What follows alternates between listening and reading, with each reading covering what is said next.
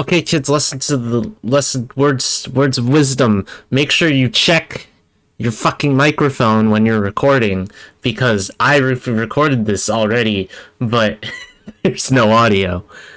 So make sure you check. I'm upset. But anyways, let's get into today's video. With the announcement of Assassin's Creed Infinity and Genshin Impact's 2.0 update, as well as the release of Mario Golf Super Rush, I think it's the appropriate time to talk about games as a service or live service games. The terms are interchangeable. So what is a live service game? It's a business model that approaches game releases much differently than your standard video game.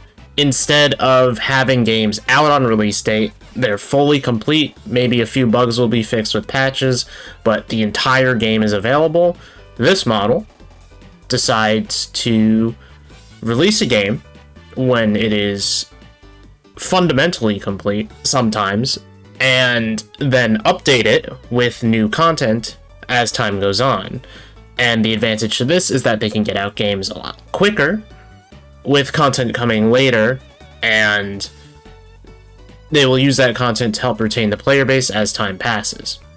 On paper, this sounds like a win-win situation, but the practice itself has kind of been a bit devious and not used in ways that benefit us. The consumer. Us, I mean. Games that are released with the promise of new content for free often come out in a half-baked state. The games are not finished, or they don't feel finished. In several hours, you feel like you've experienced all the game has to offer. Some examples of live service games include Anthem from EA, Genshin Impact from MiHoYo, and Final Fantasy XV from Square Enix. It's important to define exactly what a game as a live service is. You may look at some of these games and say, are these really live service games? And technically, yes. For the most part, a live service game is a game that obtains free content extensively during its life cycle, which has mostly been planned before the game is launched. This content is, as I said, free, usually, so games like fighting games and some story-based games like Marvel's Spider-Man do not necessarily apply to this because they release DLC, which you have to pay for in order to obtain the new content. It is not new content that is readily technically available to you, aside from a couple skins and costumes, and some balance patches. You could count these as live service games if you want, but I don't think that the term really applies to this that well. More often than not, live service games are also tied to servers. So, what this means is that when the server goes down, or when you're not on the internet, or when you can't connect to the internet, you can't play the game. And that sucks. But anyways, this is not always the case, and some live service games are offline, which is nice. But for the most important part is essentially the promise of new content that will be released down the line for free. So all of this sounds bad, and it can be, yes. The good, however, is that you'll get more content. If this game is successful, then more content will come. And until the returns are just not worth it, most of the time content continues. And this has been the case with many games. League of Legends, Apex Legends, Overwatch, Genshin Impact, a lot of MMOs. It's true that this is mostly good, as these games have seen extensive support and seemingly will continue to gain support as time goes on, but it's not perfect. And this model promotes longevity if the game is successful. That's a big if. So I'm gonna get into the bad now, because there's not a lot of good about this stuff. So to preface this section, I want to say, is live service bad? Not necessarily, and I want to touch upon what I think about live service games and if you should buy them later on in the video. But for now, we're going to get into the bad of live service. I don't have a lot of good to say, and that is unfortunate because in recent years, there hasn't been a lot of good to come out of live service. My biggest problem with these games is that they're either very consistent or they feel very dry. The business model encourages to get the game out almost as soon as possible, and people will go easy on it because it's early in its life. And I think that's a fair way to go about it, because the game is not, you know, as a consumer when you buy a live service game, it's not always complete at the start. Now, of course, it's different when you buy a live service game from when you are playing a free game, but that's a story for a different time. Live service games have the potential to be bad, and the potential is incredibly high. The big problem with live service games is that you have to understand how quickly games age in today's market. Something can be the best game ever one year, and then the next year it's outdated by something even better than that. While the industry continues to push visuals and new technology, gameplay will also continue to evolve. Live service games, unfortunately, stagnate on gameplay a lot of the times because there is only so much you can add to the core experience that will allow the game to evolve in the same ways that other new games are evolving around it. On top of that, there are just games that come out as live service with the promise of new content, but that includes fixing bugs and issues with the game as time goes on. If you take a look at the Assassin's Creed franchise and a game similar to it, like Ghost of Tsushima, you'll notice something. In recent years, a lot of Assassin's Creed games have been semi-live service driven. They're not fully live service, but they kind of also are.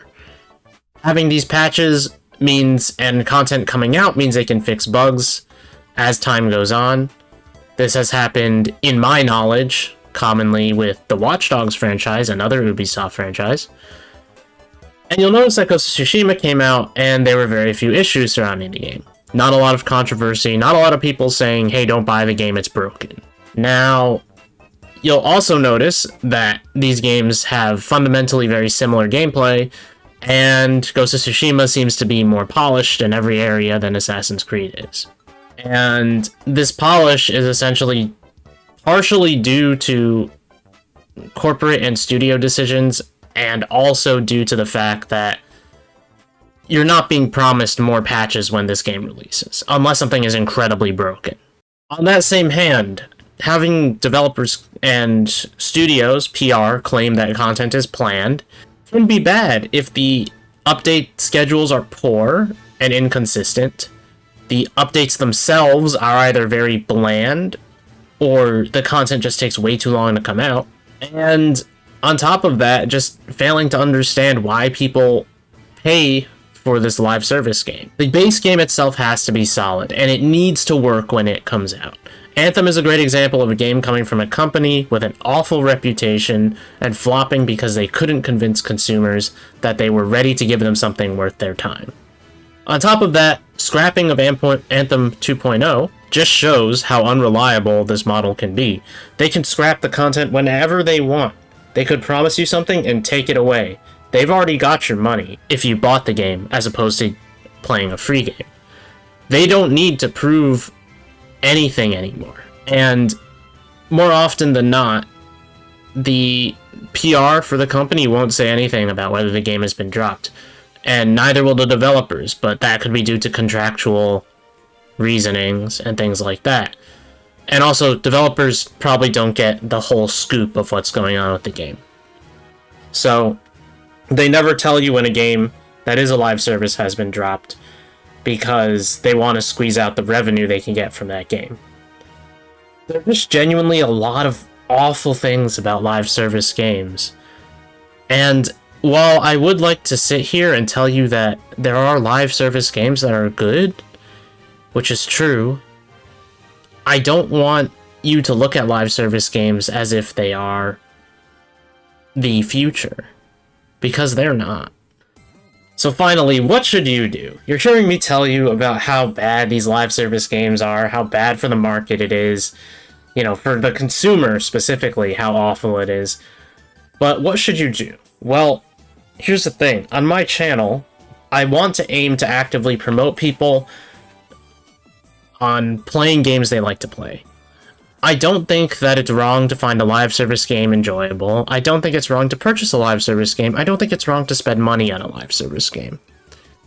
It becomes an issue, in my opinion, when someone will spend their money consistently on a game and say, it's not good, I don't like it, and it needs to be fixed. Because while you are supporting the team and corporate knows that you want this game to be better, that doesn't mean they're going to do it. They may not fix the issues with the game until they realize their income is gone. But you can never actively prove that either. Maybe when the income is gone, they'll say, all right, we're moving on. We don't need to keep improving the game anymore. No one wants to play it. No one wants to pay for it. So let's move on. I do play live service games, as they are usually very popular, especially in multiplayer.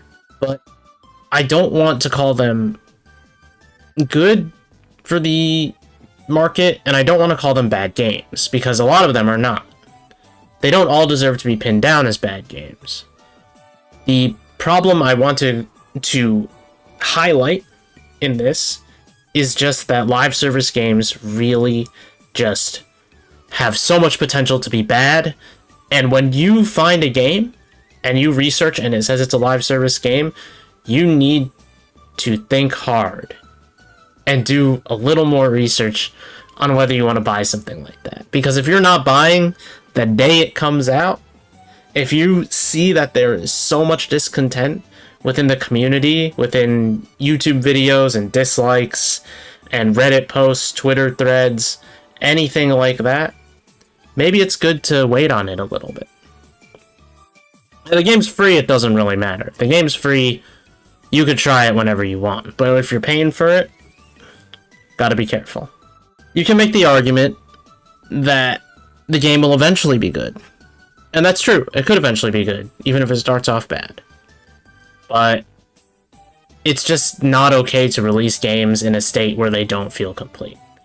And I hope that sooner rather than later, the industry begins to realize this, and live service games turn out to be a net gain for the consumers and the companies running these games, and not this awful cycle of trying to figure out whether live service is a good thing or not. This has been Tiller. Thank you for watching. Now, video's ending, but if you like this video, please hit that like button. If you don't like this video, or you'd like to see content other than this, such as things like my rant and rave series, or just other topics to be covered, then let me know in the comments. And if you genuinely just don't want to see videos like this where I talk about different things in the gaming industry, then leave a dislike. I want to see what people are interested in, and I would like to continue to provide people with content that they're interested in watching. And that means I need to know how you guys feel. Now, of course, if you don't want to do any of that, that's fine. I'm not saying you're obligated to do it. If you want to see more videos by me, regardless of what they are, subscribe to the channel. And if you want to see me play games live, you can check out my Twitch channel at Twitch TV/Tiller Streams. Working on changing that URL in the name, but we're not there yet. And I hope you have a nice day. Thanks for watching. See ya.